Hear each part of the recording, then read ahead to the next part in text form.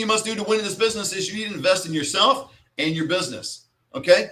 You need to invest in yourself.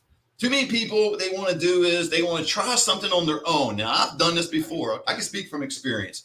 There's times 5 years, 6, 7 years ago, I wanted to do something. And I said, I'm not going to get a coach. I'm not going to get somebody speaking in my life. I'm not going to get them to tell me how to do it. I'm just going to try to do it on my own.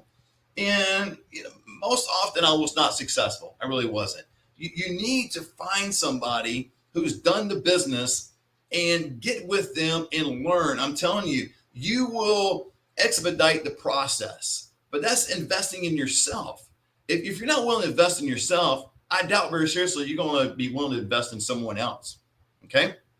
So what I mean by this, I'm investing in myself. I'm getting better every day. I'm learning. I'm getting new knowledge. I'm seeking new knowledge every day about the industry. I get emails from certain organizations. I read articles. When I'm out giving tours, I'm talking to people. I'm observing. I'm seeing certain things, right? I'm investing in myself, but I'm also spending money to get to where I need to go in certain software, certain programs, right? And then I want to invest in the business. And this is so key because everything we have in our business, which is not a whole lot, okay? I got a printer behind me and we got all kinds of little things and gadgets and different things we do, but it's not a whole lot. The overhead in this business is minimum. I tell you, that is one of the best things about this business is that hardly any cost, right? Any overhead, but you need to reinvest in the business. The business should be getting bigger, like billboards. You think it's a billboard ad, don't you? I'm super excited. We've had that thing for like 30 days now, right? So I don't know if it's going to work. I'll tell you if it's going to work in a later video, but we're super excited about it. But we're investing in the business by bringing on additional staff. We're investing in the business by expanding. We're investing in the business by creating new forms, new ways of doing things in the business. You want to learn all this and you want to have somebody speaking into your life as a coach, man, call me. You see the number on the screen or down below, somewhere around this video. Give me a holler. I would love to help you out. But you'll need to invest in yourself and your business if you want to win at this game. The seventh thing you must do to win in this business is you got to look for problems. Now, that seems counterintuitive, doesn't it? Look for problems. Who in the world looks for problems? I do. I wake up in the morning going, where's the problem? Where's the problem? Because see, to be an entrepreneur, to own your own business, you need to be a problem solver. So how can you be a problem solver if you're not solving any problems? And if you can't see any problems? Anyway, you get what I'm trying to say. I get up in the morning looking for problems. Not that I'm negative. That's not it at all. If you know me at all, I am very positive. My wife will tell you I roll out of bed and I'm like, woo, let's get started. Let's get going. But I go looking for problems because the more problems I solve, the more money I make. Now, you might be thinking, what kind of problems are you talking about? Well, how to be creative in getting leads. I got certain strategies in the academy that I guarantee you don't know about. I got certain strategies that I've developed over time because I am that kind of a mindset where I look for problems and I go, man, be a much easier way to do this. Now, let me give you a practical example. When I started my business 2018, I said, you know what? I'm not going to do my business like everyone else does it. Everyone else was just, they get a lead after they get the initial contact and information and blah, all that kind of stuff. Everyone does that pretty much the same. Then they say, you know what? We're going to line up some tours. All right, let's go do 4 or 5 tours. I'll meet you over there. Woo, let's go driving. Let's go look at the building. There's the walls, man. There's the doors, all beautiful curtains and carpet. Oh, it's wonderful. Did you like it? Did you want to go here? Oh, like, man, I can't say I didn't do any of that stuff. I did some tours, but I did some things a little bit different, okay? One example is no one was negotiating for their clients. Again, sounds very counterintuitive, right? Why would I want to negotiate for my clients if that brings down the price, helps them, but I make a percentage off that price, so my level of income goes down? It's dumb, right? It's one of the smartest things ever done. Now, I'm not talking about negotiating like when I bought my car 6 months ago. I'm not talking about that, going to haggling over price. Man, you represent your client and you support the community. But there's a science. There is a way to do this right in the middle where you negotiate and you do bring down that price, but keep the care high. So the client is satisfied. The client is well taken care of because why? That's why I'm in the business. But then what happens is, now, if you're my competitor, you're watching this, don't be doing this, all right? I know you probably will. But do that, and what's going to happen is that client's going to go out and tell 4 or 5 other people. Now, you might think, okay, everybody says that. You know what? I had a tour yesterday. They gave the community deposit. That tour was a direct result of somebody I helped a year ago. I moved somebody 2 months ago, was a direct result of that same person I moved a year ago. All right. They evidently are connected with so many families around this area.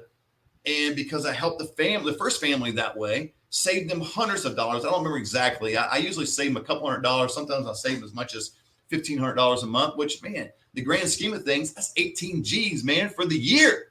So that's a lot of money. So if you're going to save somebody that kind of money, man, they're going to be your greatest supporter, man. They're going to be somebody out there broadcasting your business. They could be in the grocery line. They could be at the bank somewhere, and somebody goes, "Oh, I need assisted living," or get talking about grandma needs to go to the community, and I know somebody, and they call me. And how do I know this? Because every lead that comes into this office, I ask how they heard about me. Now, again, I want them to start hearing about me from the billboard. Woo! All right, enough of that billboard crap. So anyway, can you tell I'm excited? So you got to be able to do that. You got to be able to look for problems. And that's where it starts. If you don't look for problems, you won't find any. Now, I'm not talking about waking up and worrying about your electric bill and how you're going to pay your mortgage and all that stuff. Those problems will always seek you out. But I'm talking about seeking out problems, man. When you go around, observe people. Now, not in a stupid way, but you know what I'm saying? Oh, how are they responding to certain things? And what's going to happen is you're going to be able to make some minor adjustments in your business to be more successful. That is one of the ways you win at this business. The 8th thing you must do to win at this business is to go after no's. Now, you heard that right. Now, I didn't say no's. I said no's. N-O. Go after no's, man. You know, we're all excited when somebody says yes. They want to buy your product. Yes, they want to utilize your service. Yes, they want to go on a tour. Yes, they want that community, and they stroke the check, and you get paid. Everybody, oh, kumbaya. It's a yes. I don't care about that. Now, do I care? Yes. It increases my bank account. But I go after no's. There's a trick in this. I'm telling you, just a subtle twist in your thinking. It'll help you out. It's the thing you must do to be successful in this business. One of the things. Go after no's. Meaning, when I get on the phone and I start calling people and I'm going after no's, let's say I go the whole day and nothing really materializes. Nothing really happens, so to speak. Meaning I didn't get a move in that day. I didn't get any money that day, which, hey, rarely happens because now we've climbed the ladder a little bit. Things are happening. But if I go the whole day and nothing happens, I get to the end of the day going, woo, I'm excited. I got some no's. That was my goal, my objective. I didn't put a whole lot of pressure on myself. That was a W. That was a win for me, getting some no's. It takes off the pressure when you're talking to people. But also it takes you out of that salesy mode. You know what I'm saying? You're going after no's. You're going to find yourself having more of a conversation with people than you are trying to sell somebody. I'm telling you, because you've taken it off the table. Your goal is to get a no. So if your goal is to get a no, I'm not trying to impress you. I'm just giving you facts. I'm just giving you, hopefully articulating the situation correctly so you're able to understand what I'm trying to say. And if you say no, that's okay. Right? Happened last night. I was talking to somebody on the phone. They said no. That's cool. I didn't try to sell them. It's a no. Go after no's. The 9th thing you need to do in order to win this business is what? Oh, let me make sure I read it right. It's on my little list here. Don't listen to your friends. I want to put an F word in there, but maybe YouTube might do something. But don't listen to your friends. My God. I could talk all day about this one because I have so many friends who are like, man, don't do this risky starting a business. You know, oh my gosh, you're leaving a paycheck. You're leaving security. My goodness. Come on, man. Don't listen to your friends. Matter of fact, not to compare, but what you need to do is take a proper assessment of where your friends are. All right. Find out where they are. Get a temperature gauge going on here. Okay. And I mean, I'm talking about money. I'm not talking just about attitude and personality. I'm talking about money because I heard something the other day. I think it's right on target. They said, this person said, you're going to typically be somewhere between $2,000 to $3,000 away or near your closest friend. Meaning if they're making $50,000, you're going to make somewhere between $47,000 and $53,000. And I started kind of going back and reviewing 5 years ago, 10 years ago, and before I started my business, right, before 2018. And man, that was true in my own life. It seemed like I hung around friends that we made close to the same amount of money. And nothing wrong with those friends. But can you imagine me continuing to hang around those friends? I probably would still be making the same amount of money. Now, if that's your goal and what you want to do in life, bingo, you've achieved it. However, if your goal is to make $100,000 a year, which you should do this very easily in this business, then you don't want to hang around those friends.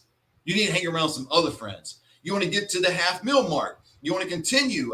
There's a ladder I'm climbing to the next level. And I'm not here to talk about me, but I've got some other people in my life now speaking into my business and my life because I want to go to that next level. And so the point is, don't listen to your friends. God, man, friends will just bring you down. And I'm telling you, I give an example. I heard this from someone else several weeks ago in a video.